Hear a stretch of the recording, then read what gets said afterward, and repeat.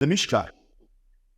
The Torah tells us in Bamidbar, Parshas Naso, Perek Zayin, Pasuk Pites, Uvavo Moshe hel ol Moed ledaber ito.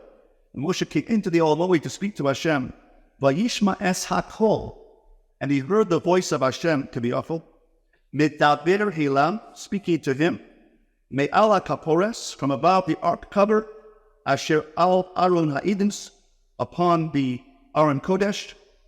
Mibein shnei hakrubim, from between the outstretched wings of the two cherubim.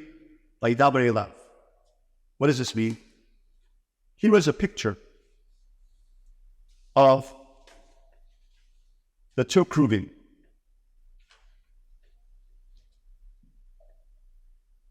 The two cherubim, one had a male face and a female face. This is the Aron Kodesh.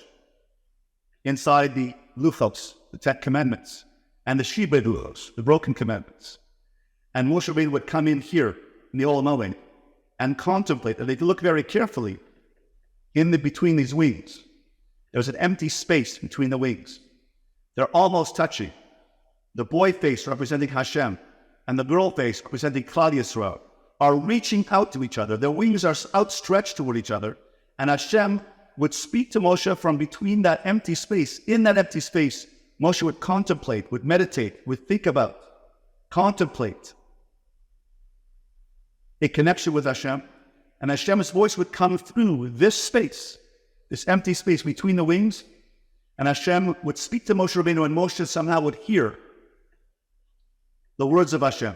Of course, Hashem doesn't have any voice. Hashem doesn't have any speech. But Hashem made himself heard by Moshe Rabbeinu through this meditative contemplation, this depth.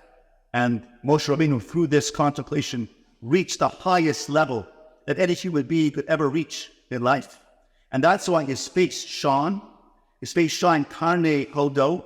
And that's what we just said in the song, karne hodo, that I offer myself an offering which reaches out to the splendor of Hashem. That's referring to the karne hodo, the karne mor,